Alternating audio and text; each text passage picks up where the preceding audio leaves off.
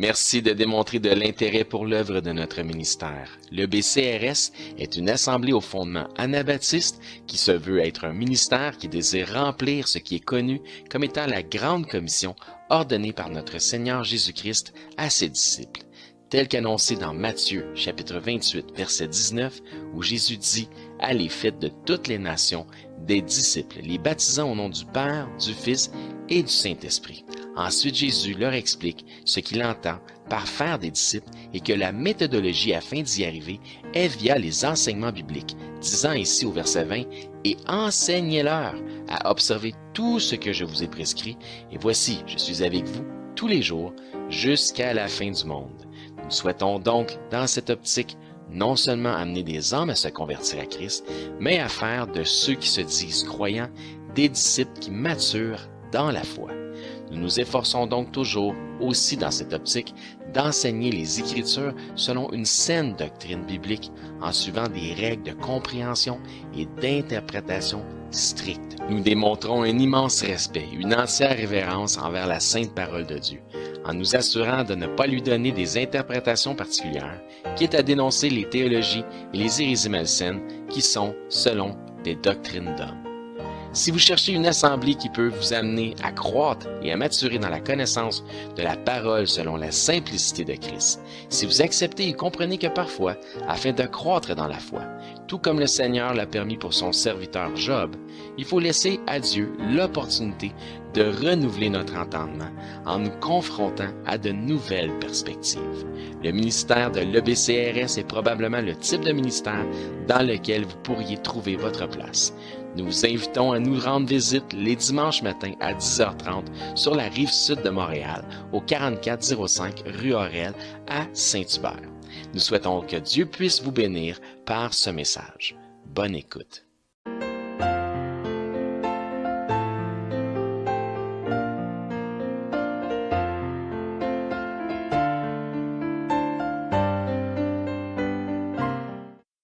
Donc, encore une fois, bienvenue à l'EBCRS.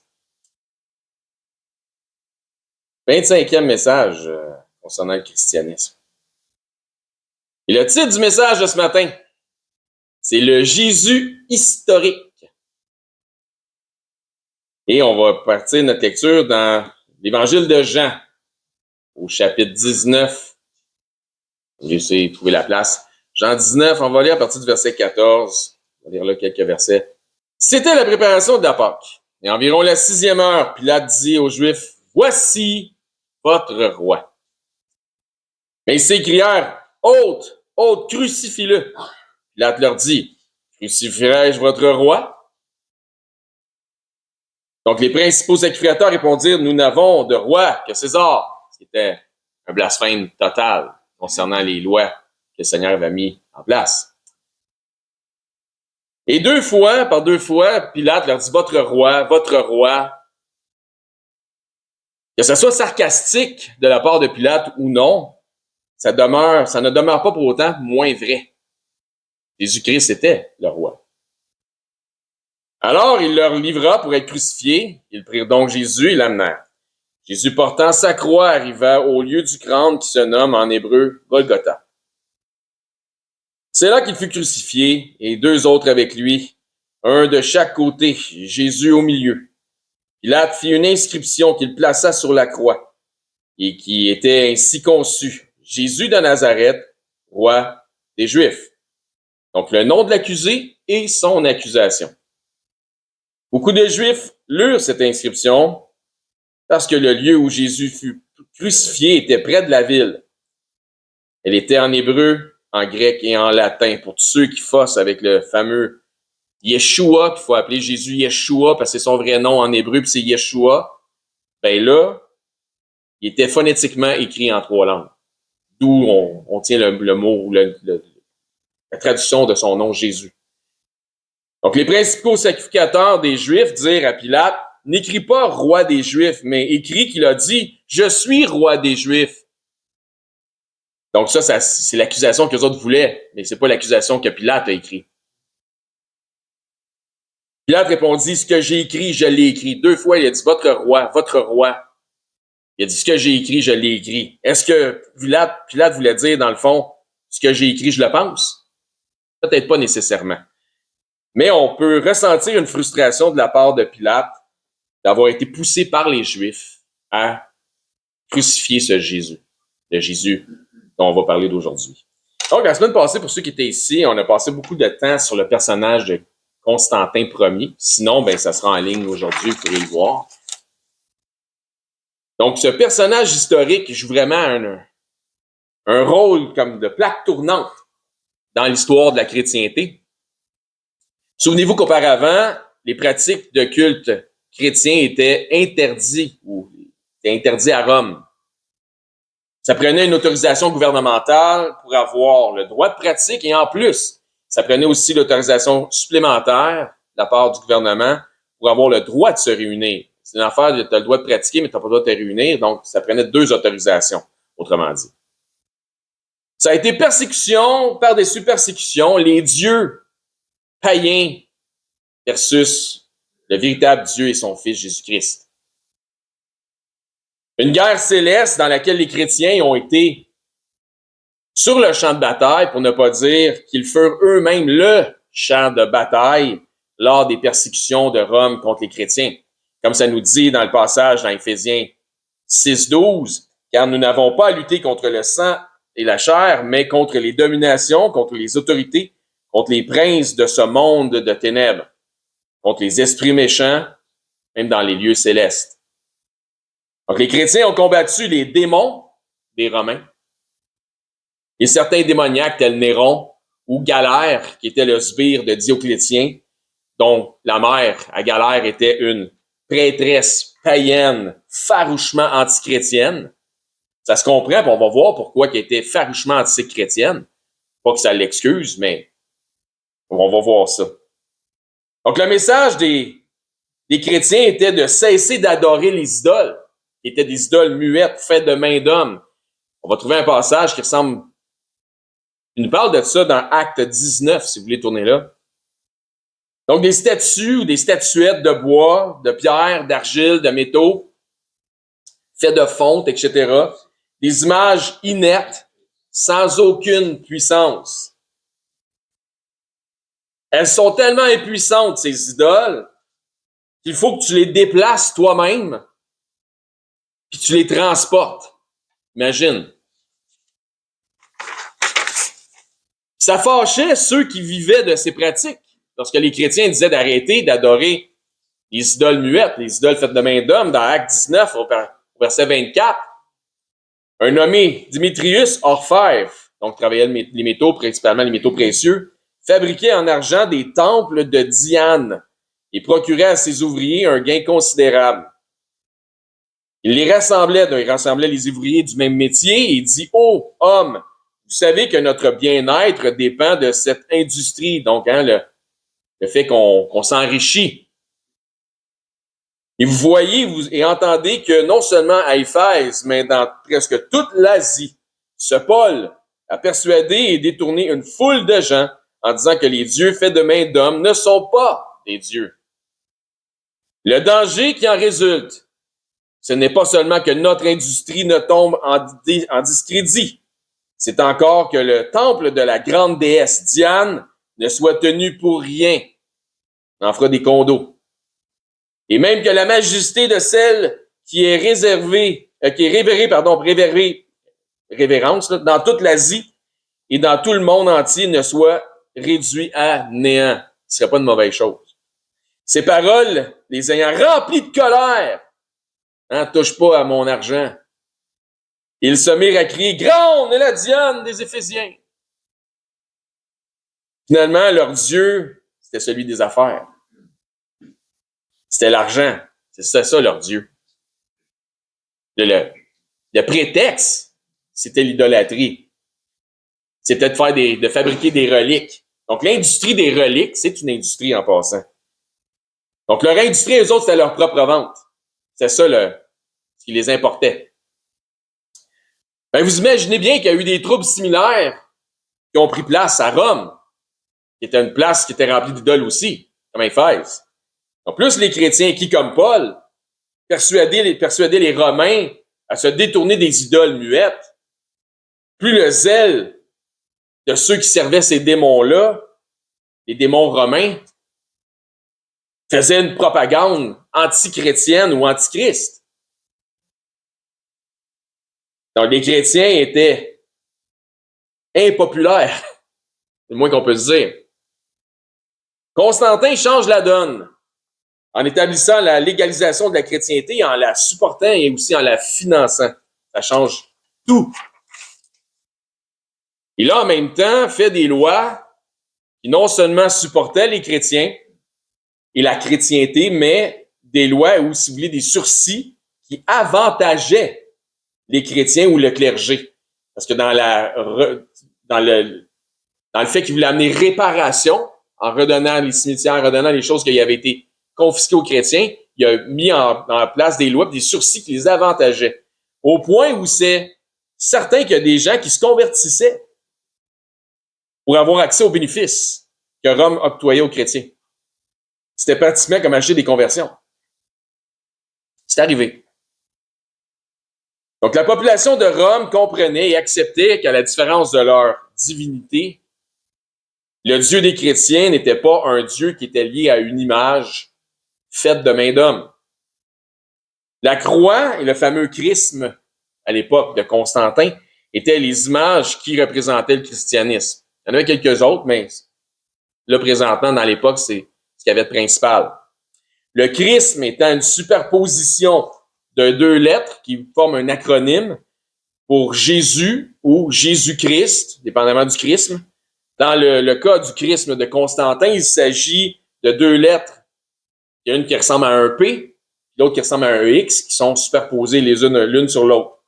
Les Romains ont été les derniers à utiliser le supplice de la croix, donc ça s'est arrêté avec Constantin, donc qui était une manière d'exécuter les dissidents dans l'Empire.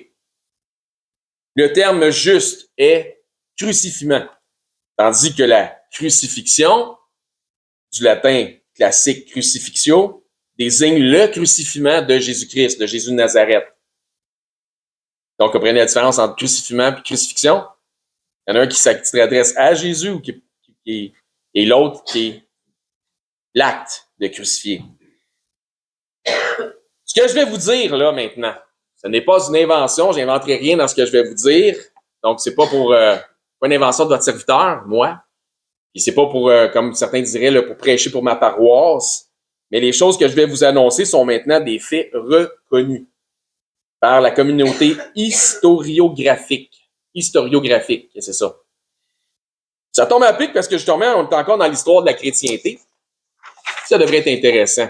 Quand on parle d'historiographie, ça se rapporte aux méthodes utilisées par les historiens modernes afin de confirmer les faits historiques. Donc, je répète ça. Lorsqu'on parle d'historiographie, ça se rapporte aux méthodes qui sont utilisées. C'est important, là, je veux vraiment qu'on saisisse les notions. Ça se rapporte aux méthodes utilisées par les historiens modernes afin de confirmer quoi? Les faits historiques. Pas les je pense que, les faits historiques. C'est-à-dire, les historiens utilisent des méthodes scientifiques afin de confirmer les faits historiques.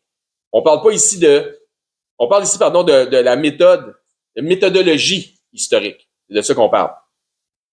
La méthodologie historique tend à expliquer comment les historiens produisent des interprétations historiques, comment ils définissent des méthodes considérées déontologiques pour valider les informations historiques. Encore une fois, je veux juste mettre de l'emphase.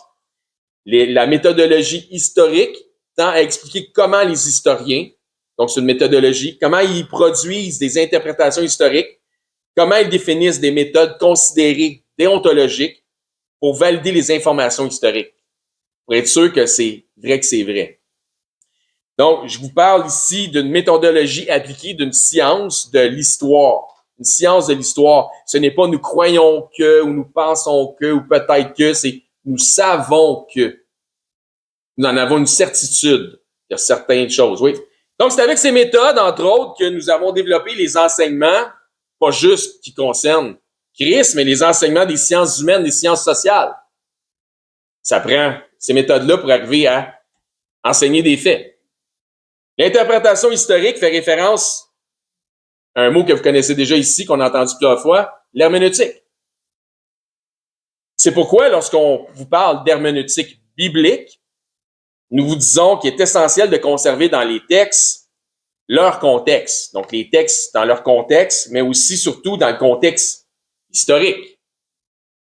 C'est important aussi. Ainsi, pour arriver à déterminer les faits historiques comme étant ce qu'ils sont, c'est-à-dire des faits, les historiens doivent référer à des critères d'historicité ou encore des critères d'authenticité. Tout le monde me suit? Super. En ce qui concerne la Bible, maintenant, l'histoire concernant les Écritures, en particulier pour la partie du Nouveau Testament, l'historiographie contemporaine retient habituellement 5 critères principaux de confirmation historique qui sont utilisés pour identifier les éléments qui confirment ce qu'ils appellent selon le titre de notre message d'aujourd'hui, c'est quoi? Le Jésus historique. Pourquoi est-ce qu'ils l'appellent le Jésus historique, ces historiens? Parce qu'ils reconnaissent, hors de tout doute, avec une certitude absolue, le fait que Jésus de Nazareth est un personnage historique qui a vraiment existé et qui a vraiment été mis à mort sur une croix romaine. Il n'y a pas de doute. C'est certain. C'est un fait. Mais le Jésus historique réfère aussi à une réelle étude liée au personnage, et on parle en dehors des dogmes religieux. Donc, tous les faits qui lui sont associés, qui sont en dehors du dogme religieux, servent aussi pour étudier la réalité du personnage, qui a vraiment existé et qui est vraiment mort sur une croix romaine. Autrement dit, il s'agit de la réalité historique, point. De l'existence de l'histoire liée à ce personnage. Il s'agit de ça, incluant la certitude qu'il a été mis à mort sur une croix en Judée, sous l'autorité d'un homme qui s'appelait Ponce Pilate, qui lui était sous les ordres d'un César qui s'appelait Tibère, qui a été empereur entre l'an 14 et l'an 37. Les 5 critères principaux de l'historicité sont 1. La continuité historique. 2. La discontinuité historique. 2. La continuité historique. 3. L'attestation multiple. Donc, plusieurs fois, on voit les mêmes choses se répéter. L'attestation cohérente, ça donne de la cohérence. Et l'embarras ecclésiastique. Ça, c'est le point que je trouve le plus intéressant.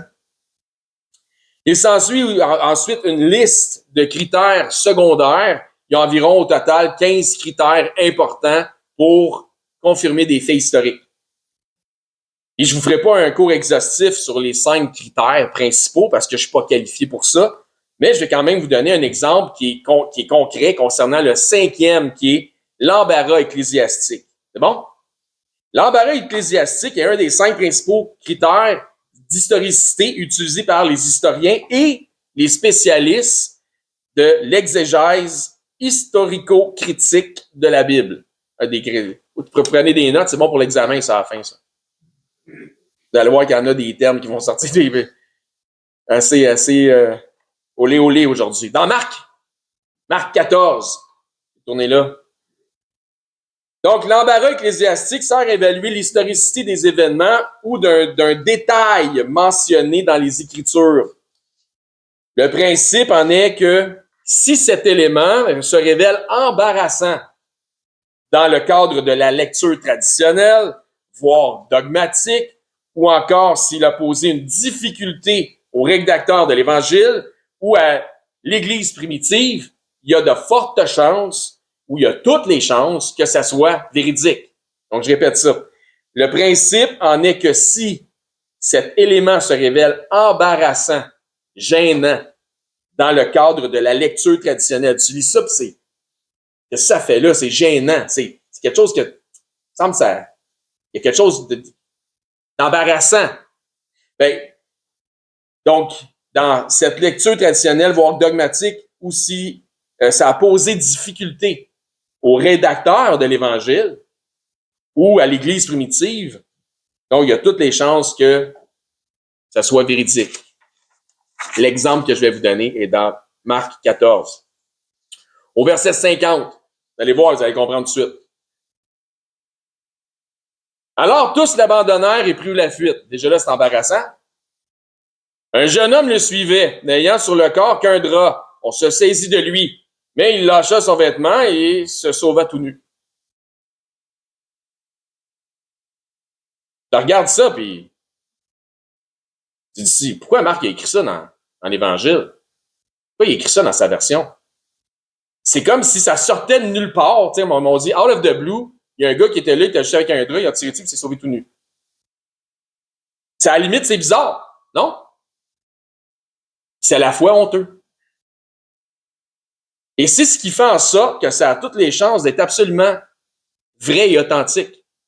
Comprenez-vous le principe? Autre exemple, la trahison de Judas, c'est embarrassant et c'est authentique. Le reniement que Pierre a fait, hein, je vais mourir pour toi, puis finalement, je le connais pas, Cocorico. Ça aussi, c'est embarrassant. Toutes des choses qui ne devraient pas être dans les récits des évangiles si on avait voulu simplement en faire des belles histoires romancées. Là, vous comprenez le principe? C'est embarrassant. Donc, parce que c'est embarrassant, puis ça sort de nulle part, puis tu dis, s'il avait voulu vraiment romancer l'histoire, il n'aurait jamais écrit ça. Il l'a écrit pour une raison. C'est parce que c'est arrivé pour le vrai. Puis lui, parce que c'est arrivé pour le vrai, il l'a écrit. Tout simplement ça. Mais c'est des choses qui sont gênantes quand tu les lis. Donc, on appelle ça, comme je vous ai dit, l'embarras, l'historicité embarrassante, là. Je vais vous dire le terme que je viens de dire il y a 2 secondes, parce que moi, justement, moi, j'ai mes notes, je les ai. L'embarras ecclésiastique. L'embarras ecclésiastique. Donc, il en va de même pour la crucifixion ou le crucifiement de Jésus-Christ. C'est embarrassant. Mais à quel point c'est embarrassant? C'est ça qu'on va essayer de comprendre. La mort par crucifiement étant un mode d'exécution qui était infamant, c'est-à-dire qui déshonore ou qui nuit à la réputation. C'était pas juste une façon de faire mourir le monde. C'est une question, c'est que ça amenait la honte sur la personne qui était crucifiée. En ce sens, la crucifixion répond instantanément au principe de l'historicité, de l'embarras ecclésiastique, comme que je viens de dire. Un historien nous décrit l'atrocité embarrassante et humiliante du supplice de la croix. Ben, écoutez bien ce qu'a potentiellement subi notre Seigneur Jésus-Christ, notre Seigneur et Sauveur, pour nous sauver de la mort et de l'enfer. Et n'oubliez pas qu'il a humblement pris cette position parce qu'il a pris notre place, qu'il a pris votre place. N'oubliez pas ça. Puis écoutez, l'historien érudit juif Joseph Klausner explique que le corps nu, pas avec un couvert d'un petit linceul, là, comme on est habitué de le voir dans l'iconographie, là. Donc, le corps nu du supplicié se couvrait de plaies sur lesquelles venaient se coller mouches et moustiques. Avec ses sphincters qui se relâchaient, l'urine et les excréments coulaient le long de ses jambes, conjuguant ainsi à la souffrance, l'humiliation de cette exhibition publique. Oui, Jésus sur la croix. C'est ça qu'il a subi. L'historicité de la crucifixion ne fait aucun doute pour les chercheurs qui y trouvent les principaux critères d'authenticité historique pour ce qui est de l'embarras ecclésiastique. Le fameux Jésus historique a véritablement été cloué sur une croix romaine en Judée et c'est un fait. Même les historiens qui se disent athées n'ont d'autre choix que de confirmer la thèse de l'authenticité historique. Ça ne veut pas dire qu'ils embarquent dans le bateau, mais ils savent qu'il y a un personnage, un Jésus historique qui a vraiment existé. Pour le reste, ils ont des doutes. Les travaux de l'historien athée Charles Ginberg démontrent que la scène décrite de la crucifixion n'a pas pu être inventée par ses disciples. Ça n'a pas pu être inventé par les disciples de Jésus de Nazareth. Elle plaide au contraire pour l'authenticité de la mort du personnage. Dans la quête du Jésus historique, la réalité de sa crucifixion marque une rupture définitive avec la thèse du mythisme. Ce n'est pas un mythe, c'est un fait. Pour ceux qui avaient des doutes, j'espère que vous n'avez plus. Dans l'aspect juridique romain, le crucifiement romain était considéré comme la peine suprême, principalement réservé aux esclaves et aux rebelles qui n'avaient pas la citoyenneté romaine. Les citoyens romains avaient droit, quant à eux, à la peine honorable de la décapitation. C'est bien mieux.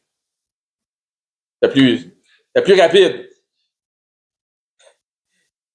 Même qu'il leur était accordé, lorsque tu étais citoyen romain, de pouvoir te suicider. Soit te jeter sur un couteau, soit t'empoisonner, peu importe ce que tu voulais faire.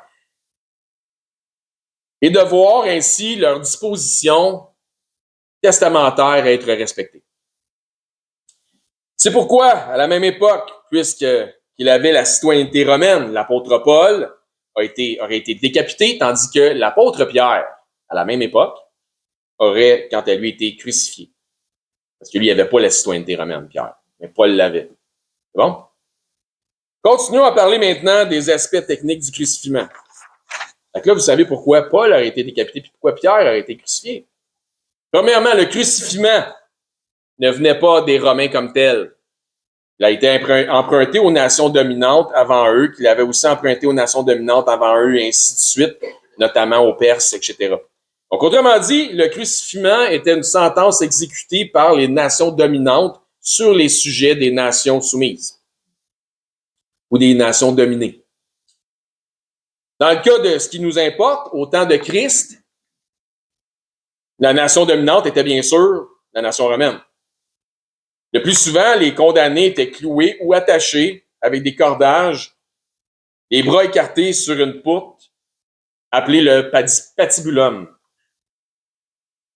Le patibulum, c'est ça. Cette partie-là. Le poteau auquel avait été éventuellement attaché le patibulum, quant à lui, le poteau était appelé un stipe. Ça, c'est le stipe. Ça c'est le patibulum. Là-bas? Ouais. Il y a eu dans l'histoire plusieurs types de croix servant au crucifixion. Le premier étant, on en a nommé 4, le crux commissa. Donc, c'est comme en forme de T majuscule. Donc, il y aurait pas la partie en haut. Arrêterait là. Ça, c'est le crux commissa. Le crux imissa en forme de T minuscule, donc celle-là en arrière, avec un bout qui dépasse en haut de ce qu'on appelle le stipe. La crux decussata, qui est en forme de X, et la crux simplex, qui n'est pas une croix en fait, mais c'était simplement le stipe ou un poteau. Dans le cas de notre Seigneur Jésus, les évidences portent à croire qu'il aurait été crucifié sur une croix du type crux imissa, qu'on a en arrière. Ainsi, Pilate aurait pu faire poser en haut du stipe l'inscription relative à son accusation en 3 langues, latin, hébreu et grec, de manière à ce que de loin, elle puisse être visible et que les gens puissent la lire. D'où la fameuse représentation artistique, le fameux INRI, I-N-R-I, vous avez déjà vu ça? Parfait. Qui signifie l'acronyme en latin de Jésus de Nazareth, roi des Juifs.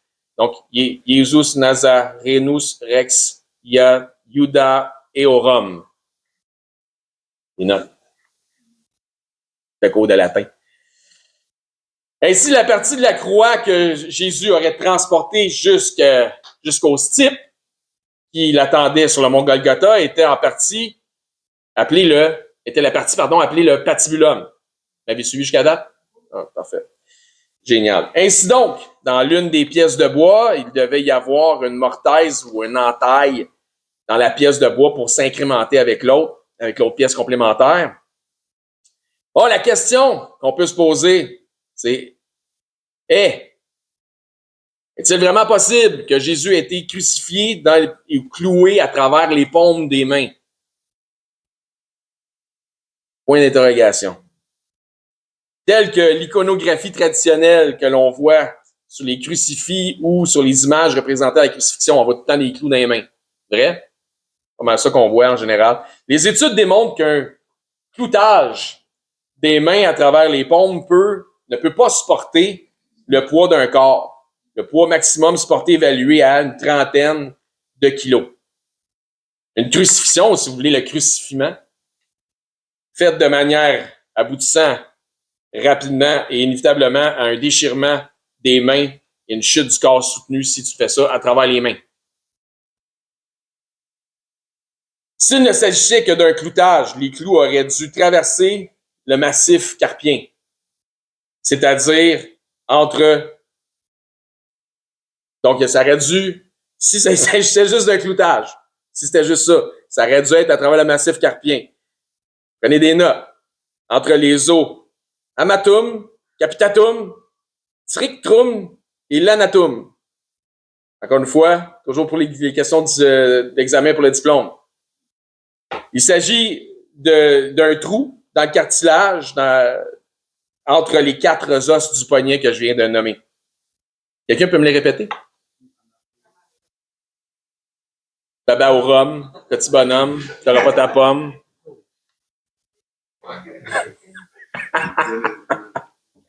OK, mais encore une fois, aurait-il été possible que Jésus, Christ, ait été cloué directement à travers les paumes des mains? Est-ce que ça aurait été possible? Ben oui, ça aurait été possible. La réponse est oui. Je vous explique. N'oubliez pas qu'il aurait transporté le patibulum. Comment l'aurait-il transporté? Je vous explique.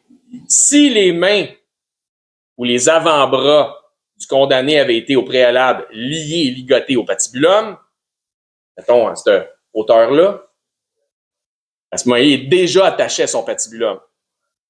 Il va tenir.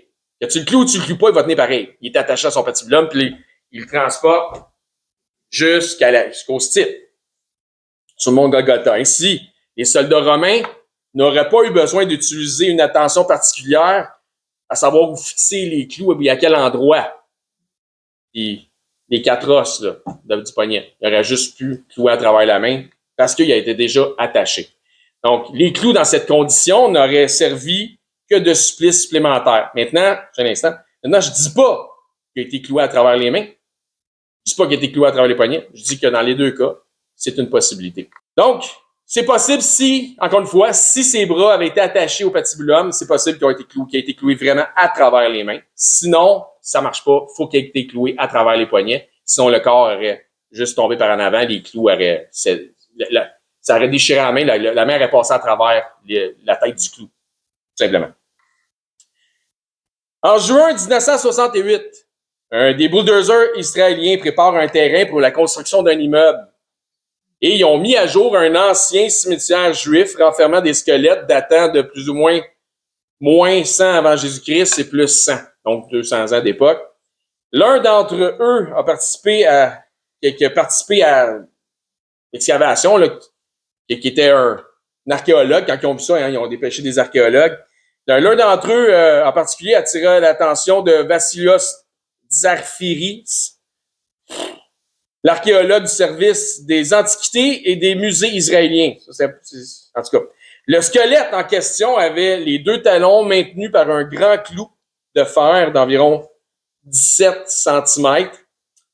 Avec la tête du clou, des traces, à la tête du clou, il y avait les traces d'une plaque de bois afin de pouvoir maintenir contre le pied le clou. C'est tourné dans Genèse, chapitre 3, si vous voulez. Vous m'avez suivi? Ils ont fait par hasard, ils ont découvert comme 2 talons cloués ensemble à travers un clou qui passait à travers les talons. Donc, ainsi donc, le crucifixion était potentiellement exécuté de manière à ce que les victimes aient les genoux pliés plutôt que d'avoir les jambes étendues. On parle d'histoire, là, toujours dans l'historique aujourd'hui.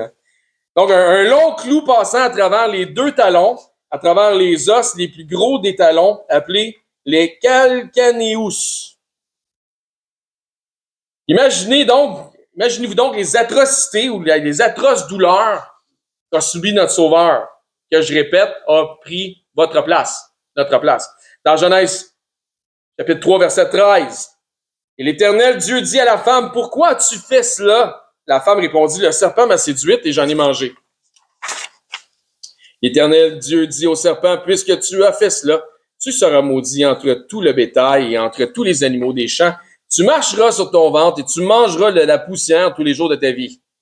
Je mettrai, verset 15, inimitié entre toi et la femme, entre ta postérité et sa postérité. Celle-ci, la postérité de la femme et non pas la femme, celle-ci, la postérité de la femme, t'écrasera la tête et tu lui blesseras le talon. » Bonjour à tous, je suis le monteur vidéo de la chaîne YouTube BeFree ABCRS.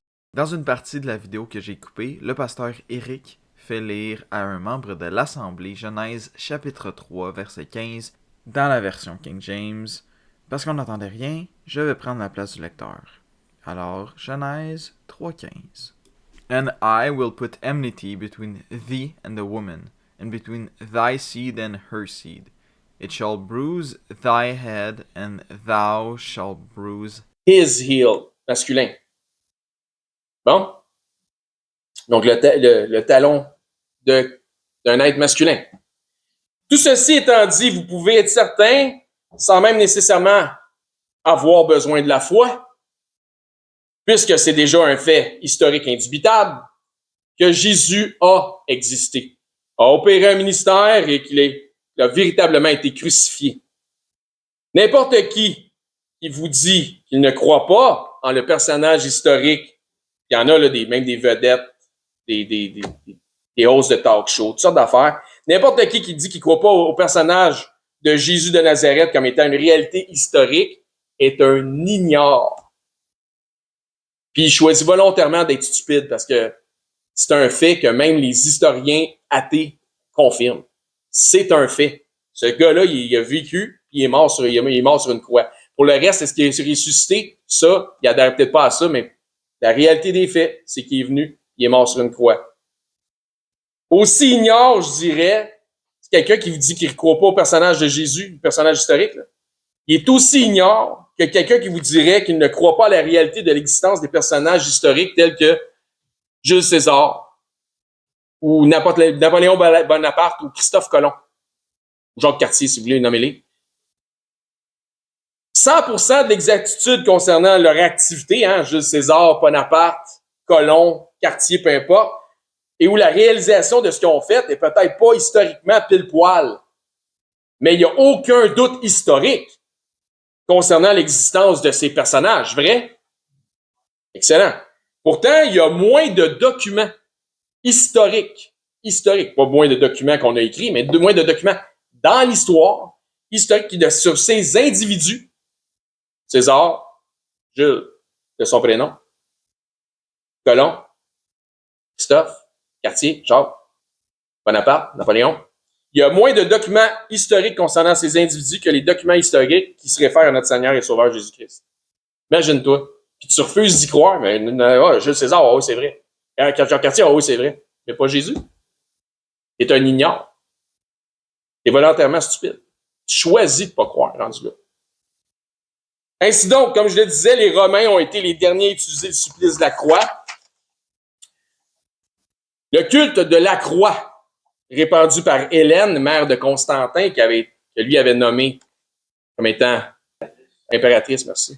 Donc, le culte de la croix explique une désaffection de ce supplice, puisque éventuellement Constantin, sous les influences des convictions de sa mère, abolira par interdiction le crucifiement, symbole des souffrances du Christ. Fait que finalement, après ça, l'Église catholique, eux autres, ont bâti d'autres instruments de torture, mais ça, c'est une autre histoire. Dans ce qu'on appelle l'art paléo-chrétien ou art primitif chrétien, qui est un art produit par des chrétiens ou sous un patronage chrétien entre l'an 200 et l'an 500, dans cette période, on trouve peu de développement artistique. Tu sais, des Jésus sur une croix, t'en as pas bien dans ce temps-là. Ceci étant certainement dû aux multiples persécutions que les chrétiens avaient subies, ainsi ils n'avaient pas tellement l'habitude de s'afficher, de faire de l'iconographie. Le christianisme vivait alors une période d'aniconisme, un autre mot qu'on n'utilisera peut-être plus jamais, qui se caractérise par une forme de censure religieuse, donc pas d'icône, aniconisme. Donc, qui se caractérise par une forme de censure religieuse des images ou des icônes à caractère religieuse. Ainsi donc, dès le 4e siècle, la légendaire histoire de la victoire de Constantin au pont Milvius, grâce à ses croix peintes sur les boucliers des soldats, la conviction de l'Augusta Hélène ou Helena, sa mère, sur sa supposée relique de la vraie croix, liée à la permissivité de la pratique du christianisme, le symbolisme de la croix a éventuellement été adopté à cette époque. Donc, c'est pour ça qu'on a l'étendard, si vous voulez, de la croix, le symbolisme de la croix. Ben, il ne s'agit pas d'un crucifix à ce moment-là. Encore une fois, l'iconisme, les icônes, on est plus dans l'aniconisme, il n'y a pas vraiment d'icône. Il ne s'agit pas de crucifix avec l'effigie d'un Christ mort ou agonisant sur une croix, mais bel et bien d'une croix simple et vide. Et c'est ce qu'on appelle la croix christique ou la croix latine qui est celle-là. Et ce symbole est suffisant. Et ce qu'il fait, c'est qu'il donne l'image, offre l'image et la signification spécifique centrée sur la crucifixion et la résurrection du Christ. Parce que Christ n'est plus sur la croix. Il a été enseveli et il est ressuscité, il est monté au ciel, à la droite du Père.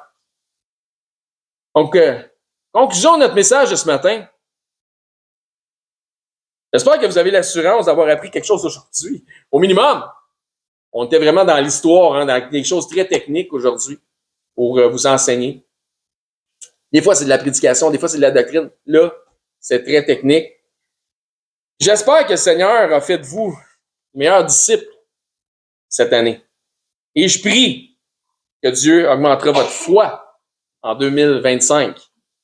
Et sur ce, bonne et heureuse année bénie à tous pour 2025. Bonjour, ici Éric, ancien et enseignant du ministère de l'EBCRS. J'aimerais d'abord vous remercier de vous intéresser à l'œuvre de notre ministère ainsi qu'à la chaîne sur laquelle on distribue notre matériel. Si, suite à une de nos prédications, vous réalisez que vous n'avez jamais fait du Seigneur Jésus le Seigneur de votre vie, le Sauveur de votre âme, mais que vous réalisez aussi que vous avez vraiment besoin de vous tourner vers lui afin de sécuriser votre éternité, je crois que ce segment de vidéo s'adresse à vous, puisque la Bible nous déclare cette vérité. Dans 1 Timothée au chapitre 2, à partir du verset 3, ça nous dit que Dieu est notre Sauveur. Et que dans cette optique, Dieu souhaite que tous les hommes soient sauvés et que tous les hommes parviennent à la connaissance de la vérité. Et ça nous dit aussi, car il n'y a qu'un seul Dieu et un seul médiateur entre Dieu et les hommes, et c'est Jésus-Christ qui s'est lui-même fait homme. Et ça nous dit que Jésus-Christ s'est fait homme afin de lui-même se donner en rançon pour le rachat de tous. Jésus a dit en conversant avec ses disciples qu'il est le chemin, la vérité et la vie, et que nul ne vient au Père, c'est-à-dire à Dieu, qu'à travers la foi en Jésus lui-même. C'est la seule façon. C'est ce que Jésus exprime aussi en partageant l'Évangile avec un homme d'un certain âge qui se disait lui-même très religieux.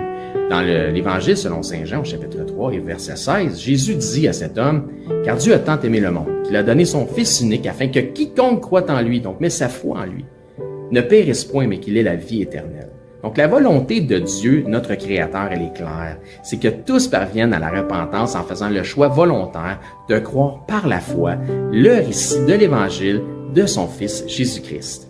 Les informations qui nous sont transmises dans la Bible nous font comprendre que par nature, malheureusement, nous avons tous enfreint les règles de sainteté déjà établies par Dieu. Nous avons tous enfreint au minimum une des 10 lois, des 10 règles, des 10 commandements, mentir, prendre le nom de Dieu en vain, manquer d'honneur à nos parents, blasphémer, peu importe. Donc Dieu, dans sa perfection, qu'il ne peut renier, est 100% juste. Et puisqu'il est 100% juste, il doit nous juger selon la justice. Et comme nous sommes tous coupables de péché et de transgression, nous méritons tous notre sentence. Mais bonne nouvelle, parce que Dieu, dans sa perfection, est aussi 100% miséricordieux et souhaite faire miséricorde à tous. Donc, Dieu nous tend la main afin de nous sauver du châtiment qui lui est réservé aux transgresseurs de sa loi. Jésus nous explique qu'un endroit terrible a été préparé pour Satan, le chef des anges déchus, des démons, un endroit de flamme, de regret, de tourment, de souffrance, etc. Et la réalité de l'enfer que Jésus nous explique, les raisons pourquoi c'est si effroyable, et que tous les attributs de Dieu, ils sont absents, puisque c'est tellement éloigné de Dieu. Tandis que Jésus dit à ses disciples qu'il est allé au ciel, dans la demeure du Père, pour nous y préparer une place. Dans cette place, le paradis céleste, étant auprès de Dieu, au contraire de l'enfer, étant dans sa proximité, nous y retrouverons l'ensemble des attributs que procure sa présence.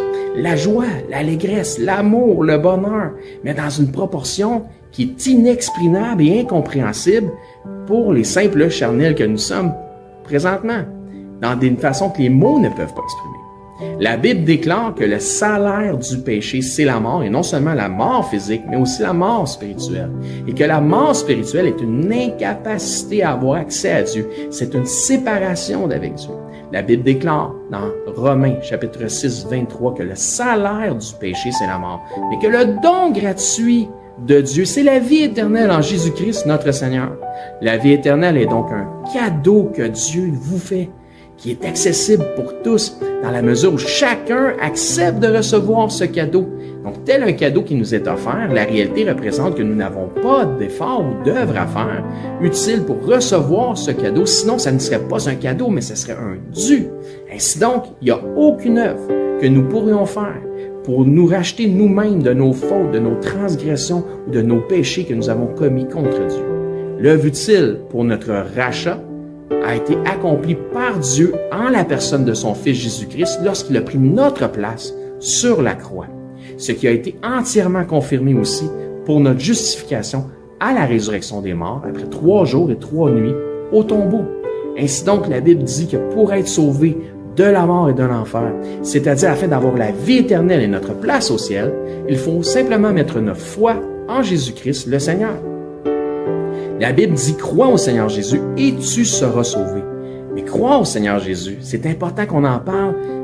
Croire au Seigneur Jésus a une signification. C'est simple, mais, comme je dis, important. Cela signifie de croire par la foi dans le récit de l'Évangile de son Fils. Puisque la Bible dit que l'Évangile est la puissance de Dieu pour le salut de quiconque croit.